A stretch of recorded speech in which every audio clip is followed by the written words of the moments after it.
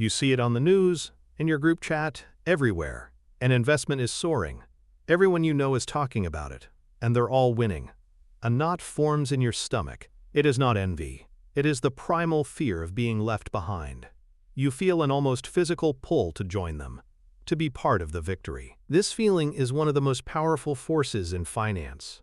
It has fueled every bubble and every crash in history, from tulip mania in the 1600s to the dot-com bust and the crypto frenzies of today. It feels like a modern problem, a product of our hyper-connected world, but its origins are far, far older. The paradox is this: the moment an investment feels safest, when everyone you know finally agrees it is a sure thing, is almost always the point of maximum financial risk. Your instinct tells you there is safety in numbers. But in investing, the consensus of the herd is often the signal of an impending disaster. So why do our brains, which are supposedly designed for survival, consistently lead us into these obvious traps? Why do we feel compelled to join the stampede even when we can see the cliff's edge approaching? The answer lies in a deep-seated cognitive glitch, an evolutionary feature that has become a financial bug. It is not your fault, it is your wiring. And to regain control over your financial future, you must first understand how this ancient code works.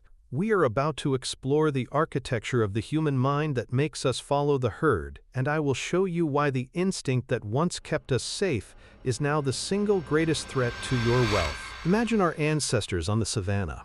A member of the tribe suddenly looks up in terror and starts running. What is the correct survival response? Is it to stop, conduct a detailed analysis of the threat, and then decide on a course of action? No. The correct response is to run first and ask questions later. Those who followed the herd survived. Those who paused to think for themselves were removed from the gene pool. For hundreds of thousands of years, evolution selected for brains that excelled at social conformity and imitation. The instinct to do what everyone else is doing is not a weakness. It was a critical survival mechanism. This deep wiring creates two powerful mental shortcuts. First, the idea of social proof. When we are uncertain, our brain assumes that the actions of others are the correct behavior in that situation. If everyone is buying a stock, our brain interprets that as a signal that it must be a good decision. Second, it triggers an information cascade. The first few people make a decision. The next group sees them and follows, assuming the first group had good information. The third group follows because the crowd is now even larger, making the social proof stronger. Each wave of followers acts as proof for the next, regardless of the original information's quality. The problem is that our modern financial world is not the savannah. It is what Nassim Taleb calls an anti-library environment. On the savannah, threats were visible and immediate. In finance, risks are complex, abstract, and often invisible. The behavior of the crowd is not a reliable signal of safety. It is often just a measure of collective emotion. So our brain is using an ancient, outdated map to navigate a modern, treacherous landscape. We are equipped with the instincts of a tribal hunter trying to function in the world of high-frequency trading. This mismatch is the root of the bandwagon effect, and now we will see exactly how it builds the bubbles that destroy wealth. Every financial bubble follows a predictable, psychologically driven pattern. It begins with a new idea or technology, something with genuine promise. This is the stage of smart money. A small number of contrarian investors see the potential, while the rest of the world is skeptical. They buy in when prices are low and uncertainty is high. As the price begins to rise, it attracts the attention of institutional investors and the more informed public. This is the awareness phase. The narrative starts to build. The rising price itself becomes the first piece of social proof. The early success of the first investors validates the idea for the next wave of buyers. Then comes the tipping point, the mania phase. The story hits the mainstream media. You hear about it from your neighbor, your taxi driver. Stories of ordinary people getting rich overnight are everywhere. This is where the bandwagon effect kicks into overdrive. The fear of missing out completely eclipses any rational analysis of the asset's true value. This is the moment from our thumbnail, the moment everyone agrees. The price is detached from reality, sustained only by the belief that a greater fool will buy it for more tomorrow. The need to belong and the desire not to be left out are the only things driving the market. Logic has left the building entirely, and then the inevitable happens. The blow-off phase. A small event, a piece of bad news, or simply a lack of new buyers causes the price to falter.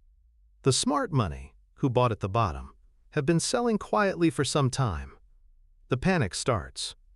The herd, which stampeded to get in, now stampedes to get out. The same psychological force, social proof, that created the euphoria on the way up now creates terror on the way down. Understanding this pattern is vital, but knowledge alone is not enough to protect you. To truly inoculate yourself from the madness of the herd, you need to install a new set of mental tools. The first and most powerful antidote to the bandwagon effect is to have a predefined system. This means creating a personal investment philosophy and a simple checklist before you are exposed to the hype. Ask yourself, does this opportunity fit my long-term goals? What is the maximum price I am willing to pay based on its intrinsic value, not its current hype? Second, actively seek out dissenting opinions. When an idea becomes popular, your social circle and news feeds become echo chambers.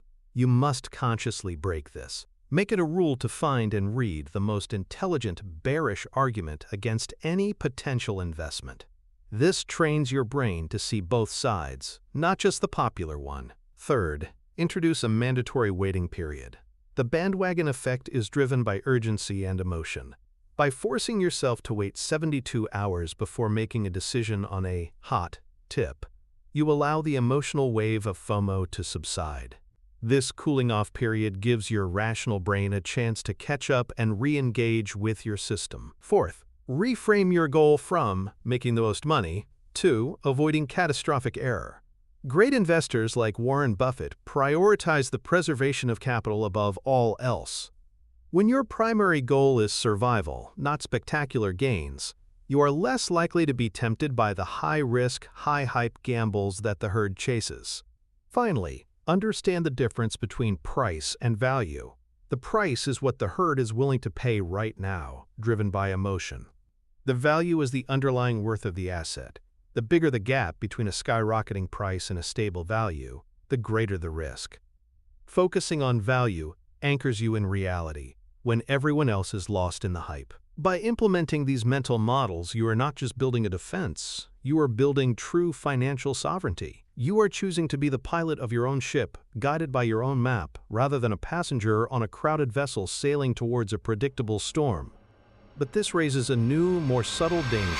Today, we've pulled back the curtain on one of the most powerful forces that derails financial success: the bandwagon effect.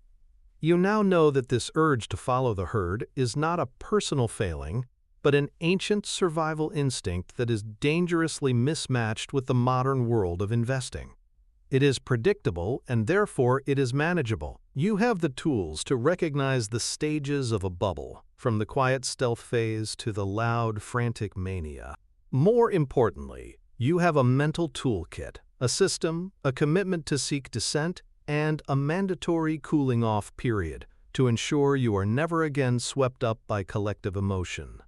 This is your shield against financial contagion. The ultimate goal is to reach a state where the frantic noise of the crowd becomes a source of information, not a command for action. When you hear the deafening roar of universal agreement, you will no longer feel the pull of FOMO. Instead, you will feel a calm sense of caution, recognizing it as the signal of maximum risk. But what happens after you have successfully resisted the herd and made your own decision?